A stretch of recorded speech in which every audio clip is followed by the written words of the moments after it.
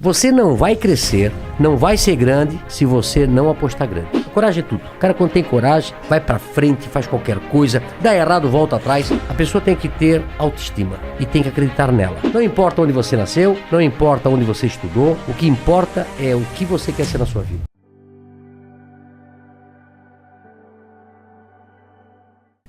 Meu avô, meus avós foram operários numa fábrica. Meus pais foram operários numa fábrica e eu fui operário na mesma fábrica durante 7 anos. Então, meu pai, eu sempre fui muito estudioso, eu sou disléxico, né? Disléxico é a dificuldade de aprender a ler.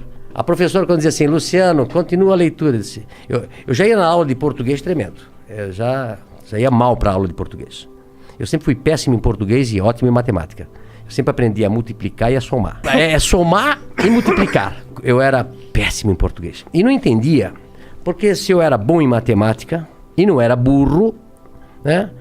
Por que quando eu ia na aula de português, aquilo me passava a mão, amanhã tem aula de português. E aí a professora, eu acho que na 5ª série, 6ª série, a professora disse, Luciano, continua a leitura. Eu não ia. E os outros meus amiguinhos lendo atrasômetro, a burocracia. Começava a gaguejar, o pessoal começava a rir. E aí, eu não entendia, aí eu pensei, o que eu vou fazer? E eu comecei a estudar em casa. Eu comecei a ler gibi na época, né? Livro, tudo que jornal, tudo. Eu vou tentar aprender a ler para eu não passar vergonha na coisa. E isso foi durante até os 12 anos de idade. Então eu sempre falo, né? Eu aprendi a ler só com 12 anos de idade. Imagina se eu tivesse aprendido com 7 anos, né? Quem tem filho disléxico, ele não é burro, ele não é malandro. Ele aprende de maneira diferente. Mas eu saí então de pais operários, eu comecei numa fábrica também. O que a fábrica fazia? Fábrica tecidos. Fábrica Renault, uma fábrica de tecidos de centenas de anos. Todo mundo lá em Brusque trabalhou na fábrica Renault. Ela eu comecei lá. Será? Eu comprei a fábrica. Tu comprou? Caralho! Legal. E aí, depois de 3 anos eu trabalhei na expedição, o meu gerente me chama e disse, Luciano, eu era chamado lá até de ligeirinho aí eu corria pra cá, corria pra lá, eu nunca parei, eu nunca parei pra conversar, eu corria nas escadarias, sempre trabalhando, acelerado. Aí um dia ele me chamou, esse meu gerente, e disse, Luciano, você é muito bom pra ficar aqui, eu te arranjei um emprego de vendedor, lá no outro lado, tu não quer ir pra lá? Eu disse, vou pra lá. Aí me encontrei. Até hoje eu sou um vendedor. Adoro pessoas, adoro vender, né? E aí depois montei a van com apenas um colaborador do tamanho dessa sala aqui. Aliás, antes de começar a van, como eu fui vendedor, eu passei a vender tudo que se fabricava na loja, na empresa, que era uma empresa de 5 mil colaboradores, grande. E também o carro da diretoria, a sucata, tudo que tinha na van era eu que na Renault na época. Sim. Eu vendia. Depois disso, eu montei primeiro uma tecelagem de toalha em 1984 com 22 anos de idade. Da hora. 22 anos de idade. E depois eu montei a van. Por que você tinha esse negócio de montar empreu Porque seu pai e sua mãe eles eram operários. Eles tinham alguma coisa de montar empresa, né? Dentro deles? Não. E meu pai dizia assim, Luciano, eu começava das 7 da manhã às 5 da tarde. E meu pai trabalhava das 5, 1h30. E aí antes de eu ir pro escritório, onde eu trabalhava, eu passava no lugar que meu pai trabalhava, que era um subsolo. Trabalhou 42 anos num porão. Meu pai. Caralho. 42 anos. Vitamina D faltava bastante. Pô, coitado. E aí, eu dizia, pai, agora eu vou montar uma empresa pra mim. Ele disse, estás doido, Luciano? Eu tô aqui a vida toda de operário. Tu já tá naquele escritório bonito ali. Fica ali, o emprego teu é bom. Olha só, pai. O pai passou a vida toda aqui. Se não, pai, eu vou montar um negócio pra mim. Mas da onde você tinha isso? Por que você queria montar? Eu acho que feeling, conhecimento. Eu digo que o conhecimento vale mais do que um diploma. Não é isso? Total. Não é a faculdade que vai fazer. É o teu conhecimento, a tua força de vontade. E eu disse, pai, eu vou montar uma tecelagemzinha e vai dar certo. Aí montei uma tecelagemzinha, depois tirei meu pai da fábrica e botei ele a trabalhar comigo. Tu começa, não tem hora pra trabalhar, não tem dia pra trabalhar, não paga hora extra pra gente e muitas vezes dá prejuízo. E muitas vezes você quebra e perde tudo que tinha. É verdade. Então, como eu tinha 22 anos de idade, eu vou tentar. Não tinha namorado, não tinha casado ainda, nada. E a tecelagem foi muito bem, tirei meu pai da fábrica. E aí depois, 2 anos depois, montei a van. 1986, com 24 anos. Eu e Vanderlei, a van. Hang e Vanderlei. um sócio que eu tive durante 5 anos. Entendi. Mas o que aconteceu com a tecelagem? Ela cresceu? Não, aí a vendeu? tecelagem trabalhei durante até 90 e pouco, uns 10 anos. Tendo a van junto. Junto, né? Entendeu? E depois eu vendi a tecelagem. Entendi. Eu comecei a tecelagem fazendo tecido para roupa de cama. E aí um dia eu fui vender a roupa de cama para um atacadista. Fui eu e meu pai, pobre, sem dinheiro, precisava vender aqueles paninhos para poder comprar fio. No começo assim, eu tinha um Fiat amarelo ovo, 4 pneus quadrados, não tinha dinheiro para comprar. Na época era câmara de ar, né? Furava, o pneu já gastou todo. Ele solta a cinta, um pneu velho, quando ele está tudo gasto, ele solta a tinta e começa a sair os ferrinhos para fora. É isso? Eu tive carro assim, um Fiat amarelo, 147. E aí eu fui vender as pecinhas com meu pai. E aí eu cheguei lá nesse lugar e o cara disse, olha, eu pago R$10 essas tuas pecinhas de pano aí. O preço era 20. Eu disse, pô, mas o meu custo é 20, eu não posso vender por 10. Mas é o que eu pago. Tá bom. Vendi as pecinhas, precisava de dinheiro. Aí falei pro meu pai, passa esse trabalho todo, tem que comprar fio, tem que fazer o pano, tem que tingir tudo. Aí me custa 20. Eu venho daqui e venho vender por 10. Aí o cara pega por 10 e vende por 100. Eu disse, meu negócio não é fazer tecelagem, meu negócio é botar uma loja. E montei a van por isso. Tu acredita? Faz sentido. Falou, pô, vou entrar na linha que ganha mais. A van cresceu com muito mais velocidade, né?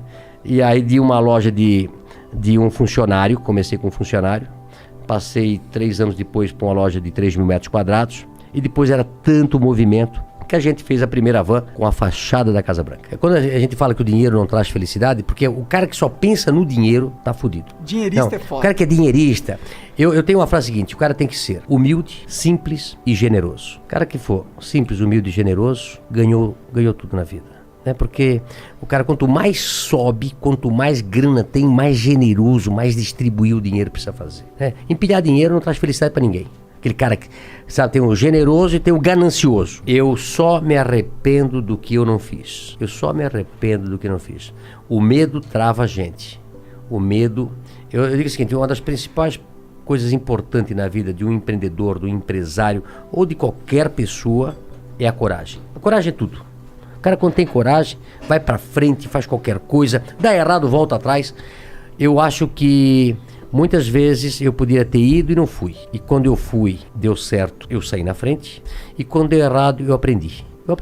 Então, você já faliu alguma vez? Não. Não na van, mas em algum outro projeto? Não. Eu tive uma tinturaria, uma tecelagem, tive um bar, um sucesso, um bar. O que mais que eu tive?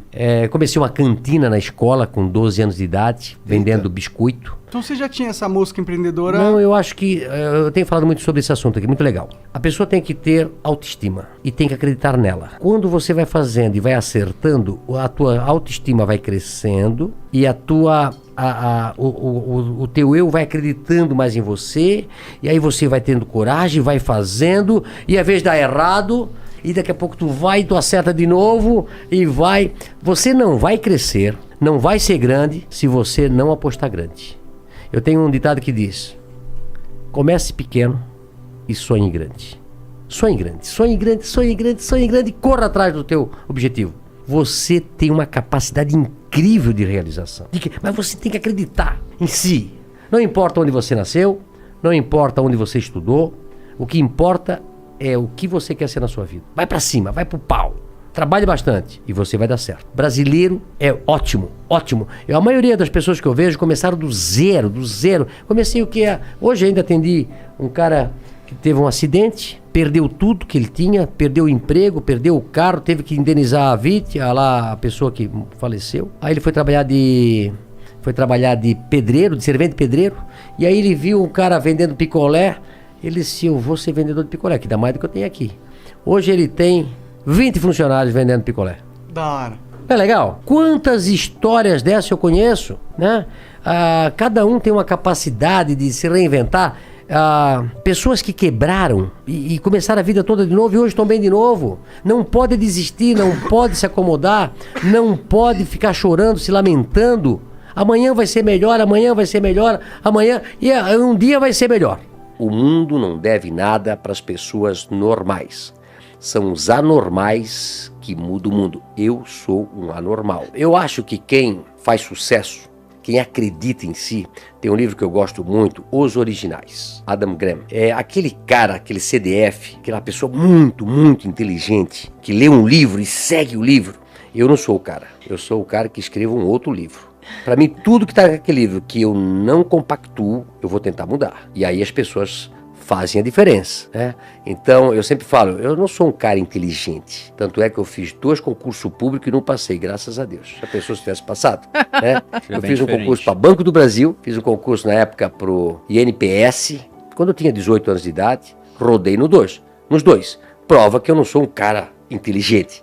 Eu sou um cara esforçado e por ter dislexia, você pega assim, ó, famosos que têm dislexia, você vai ficar impressionado. Tem um número muito grande. Einstein, Walt Disney, Tom Cruise. Você não pode viver dentro daquilo que as pessoas acham que você tem que viver, dentro daquela caixinha, né? Se você seguir a manada, você vai ser mais um.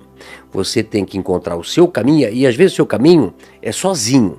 Todo mundo segue por um lado e você segue por outro, mas você tem que ter certeza que está certo.